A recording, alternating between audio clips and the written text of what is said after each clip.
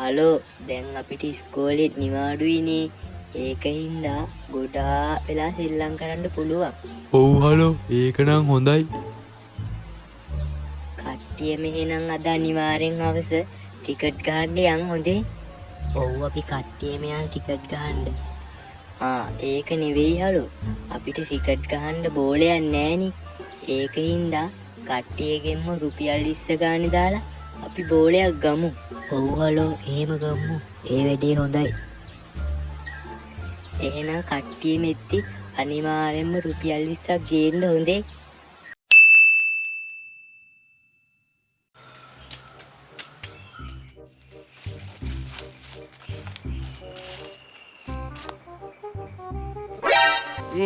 මොකද්ද මල්ලි උඹ මේ මහා කැලේට වෙලා තනියම කරන්නේ?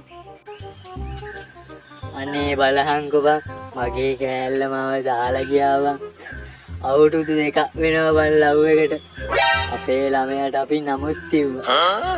මට එන දුකයි බං මේ දුක දරා ගන්න බෑ. මට ජීවත් වෙලා වැඩක් නෑ බං.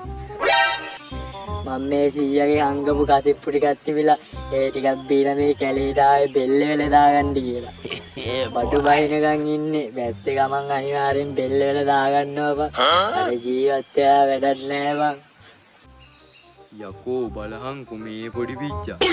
අපි ඔය කාලේ තරඟෙට කෝම් පිට්ටු හදනවා. මුන්ගේ ළමයින්ට නමුත් දාලා.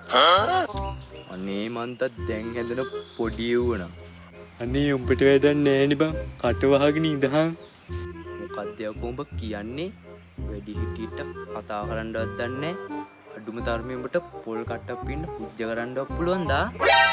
දෙනවා බලවනි අංගට පොඩි වෙන්න. මං කොහොම කතා කළා උඹට වැඩක් නෑනේ බං. කට වහින ඵලයන් යන්න. මොකද්ද යකෝ උඹ කියන්නේ?